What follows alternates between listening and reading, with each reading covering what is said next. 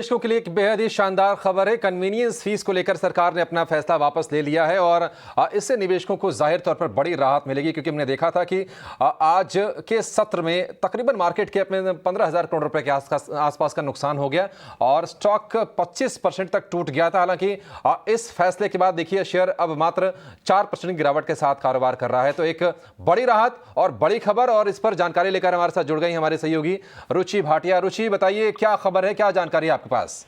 ये एक बहुत बड़ा डिसीजन है जो गवर्नमेंट ने लिया है। आप बोल सकते हैं कि ये रेलवे मिनिस्ट्री द्वारा एक यू टर्न है।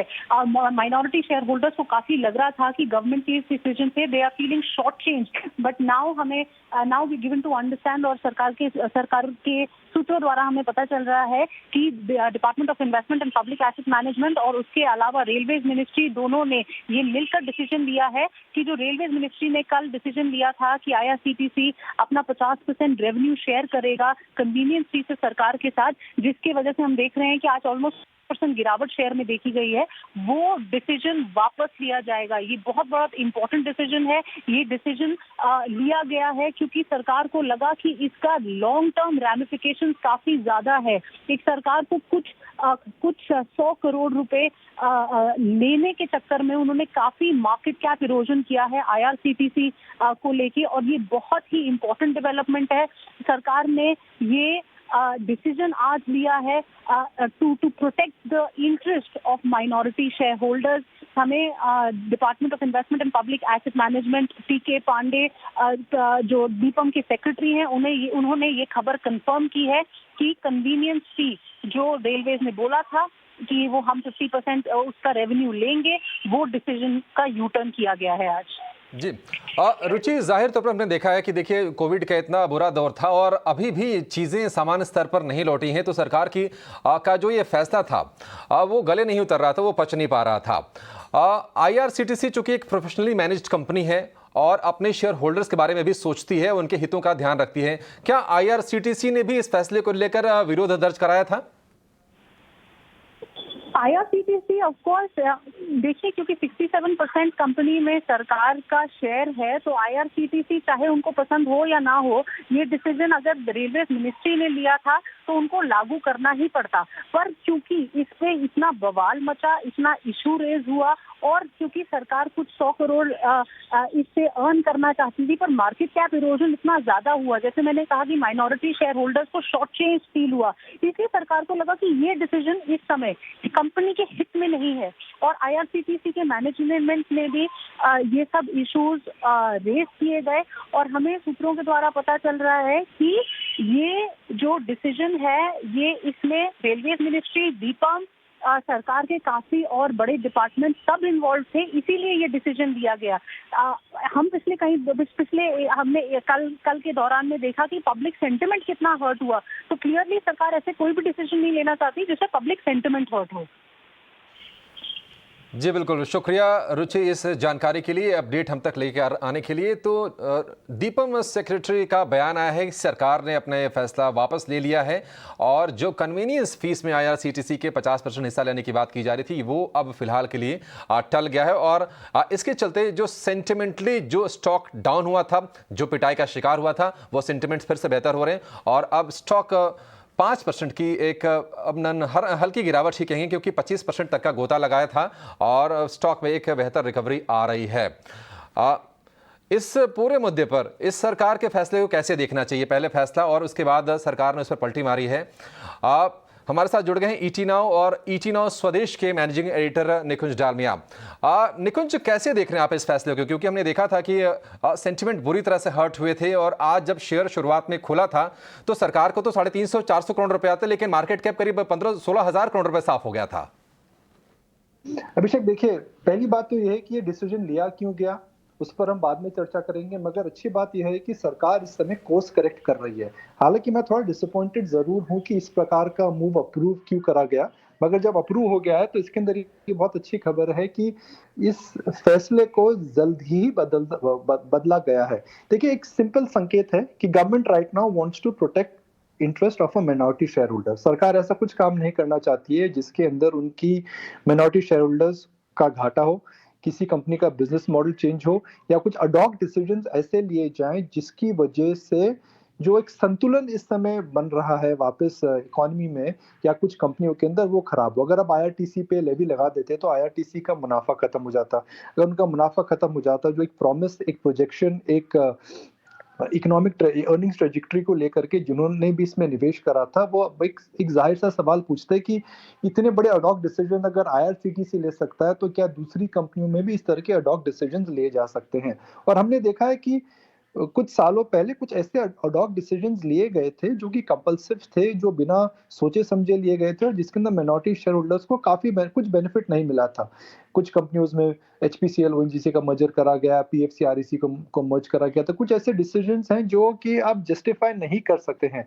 मगर आईआरसीटीसी के अंदर जो सरकार ने विड्रॉ करा है, इसका सीधा संकेत यह है कि सरकार इस समय ऐसा कोई नियम, ऐसा कोई परिवर्तन, ऐसा कोई पॉलिसी चेंज नहीं करना चाहती है जिसकी वजह से शेयर बाजार को या निवेशकों को लगे कि वह एक एक रिग्रेसिव पॉलिसी अपनाना चाहती है। तो ये अच्छा डिसीजन है।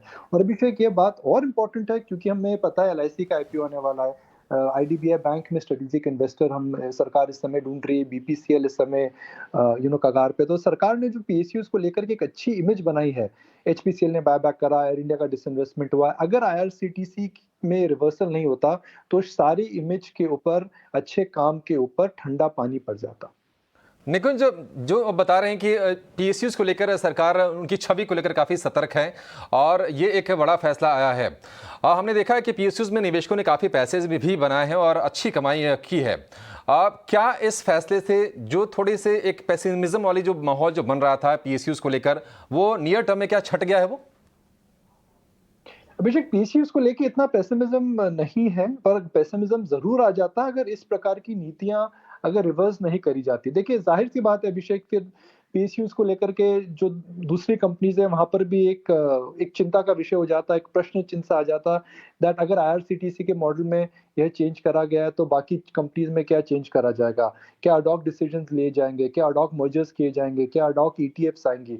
तो सरकार को काफी समय लगा है अपनी एक पीएसयू कंपनियों की छवि चेंज करने में।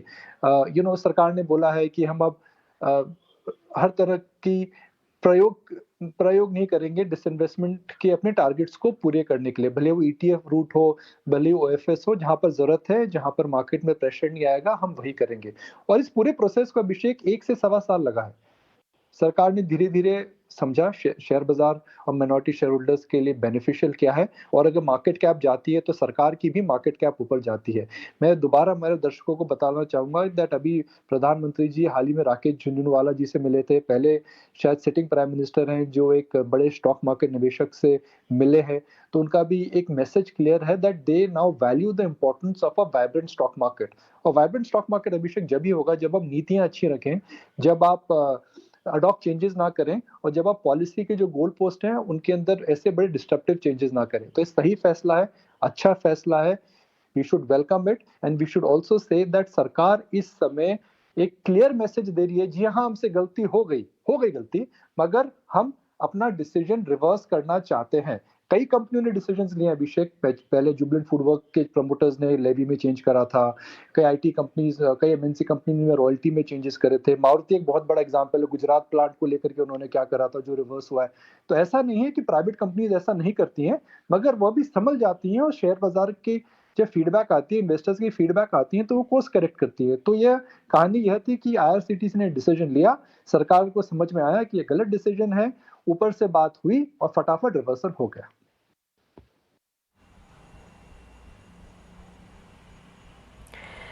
निकुंज, धन्यवाद। आपने बहुत अच्छे तरीके से समझाया कि ये पूरी खबर क्या है, आईआरसीटीसी के लिए कितना इम्पैक्टफुल है, और ये खबर के लिए जो सरकार देख रही है कि सेंटिमेंटली इम्प्रूव करेंगी सारी पीएसयू बाकी काउंटर्स के लिए। पर मैं एक सवाल आपसे जानना चाहूँगी, अभी भले ही हम आईआरसीटी के स्टॉक में बहुत ही अच्छा रिवर्सल देख रहे हैं इस पॉजिटिव न्यूज़ डेवलपमेंट के चलते, पर हमें याद रखना होगा कि 6000 के लेवल से स्टॉक में एक भारी गिरावट देखी गई थी। वहाँ पे जो इन्वेस्टर्स थे या जितने भी मार्केट मार्केट पार्टिसिपेंट्स थे वो इसकी हायर वैल्यूएशंस को पॉइंट आउट कर रहे थे कि ये स्टॉक में जबरदस्त तेजी देखने को मिली है और बहुत ही ओवर वैल्यूड हो चुका है ये स्टॉक। अब जब ये स्टॉक स्प्लिट हो चुका है और अब जिस तरीके से रिवर्सल देखने को मिला है, एज अ निवेशक आप इस स्टॉक पे क्या राय रखते हैं कि आगे चल के ये जो पॉजिटिव डेवलपमेंट हुआ है फिर से IRCTC में तेजी देखेगी, स्टॉक अपने लेवल्स को होल्ड करेगा, किस तरीके से आप इसे देख रहे हैं? ठीक है Pooja, without getting into recommendation here कि ये स्टॉक लेने का सही समय है या गलत समय है, हम उस let's not go on that path, but मैं ये बोलना चाहूंगा कि IRCTC का जो शेयर 6000 से 4000 गिरा था, जो कल रात की क्लोजिंग थी स्प्लिट एडजस्टमेंट, उसका प्रमुख कारण यह था कि यह स्टॉक जो है 2000 से 6000 गया था। इसकी वैल्यूएशन काफी ज्यादा बढ़ चुकी थी। पीक में इसकी मार्केट कैप 1 लाख करोड़ की हो चुकी थी और 1 लाख करोड़ की कंपनी का जो प्रोजेक्टेड प्रॉफिट था इस न्यूज के पहले वो 1000 करोड़ का भी नहीं था। तो इस प्रकार का जो मार्केट कैप था वो सस्टेन होना बहुत ही मुश्किल था इस स्टॉक के अंदर, क्योंकि रोज तेजी आ रही थी। ट्रेंड वाज योर फ्रेंड, भा भगवान छे हम शेयर बाजार में बोलते हैं। इसकी वजह से HNM रिटेल इन्वेस्टर्स रोज इसको लेते थे, शाम को बेचते थे, शाम को लेते थे, सुबह बेचते थे। वह जो प्राइस हाइक का जो मोमेंटम था पूजा, वह टूट चुका है। इस समय IRCTC has to now align with the fundamentals of the market कि भाई इस प्रकार की कंपनी का ग्लोबल पी मल्टीपल क्या है, वह कहाँ जाकर के सेटल होगा। तो इस समय जो अर्निंग्स हैं they will have a very larger role to play. जहां तक IRCTC में टेक्निकल मोमेंटम था, जो एक प्रकार का हम देख रहे थे कि ट्रेडिंग यूफोरिया टाइप बना हुआ था, वह तो इस समय पंचर हो चुका है और वह इस न्यूज आने से पहले भी पंचर हो चुका था। और अगर कोई यह सोच रहा है कि भाई न्यूज में क्लैरिटी आ चुकी है इसके बाद 6000 वापस हो जाएगा, जी नहीं। यह न्यूज कल रात को आई थी, इस न्यूज के बाद आज सुबह एडजस्टमेंट हुआ, प्राइस 25% नीचे था, अभी स्क्रीन पे 3.5% नीचे है। तो कल रात की न्यूज के बाद का जो झटका लगा था, शेयर वहां पर जाके सेटल होगा, ना कि 6000 के लेवल पर जो कि 10 दिन पहले था। तो सरकार की तरफ से बहुत ही एक सराहनीय, बहुत ही अच्छा कदम IRCTC को लेकर। निकुंज, बहुत शुक्रिया आपका। आप बहुत ही बेहतर ढंग से एक पूरी तरह से हमारे दर्शकों को इस बारे में जानकारी देने के लिए और आगे के आउटलुक के बारे में भी सजेस्ट करने के लिए बहुत शुक्रिया आपका।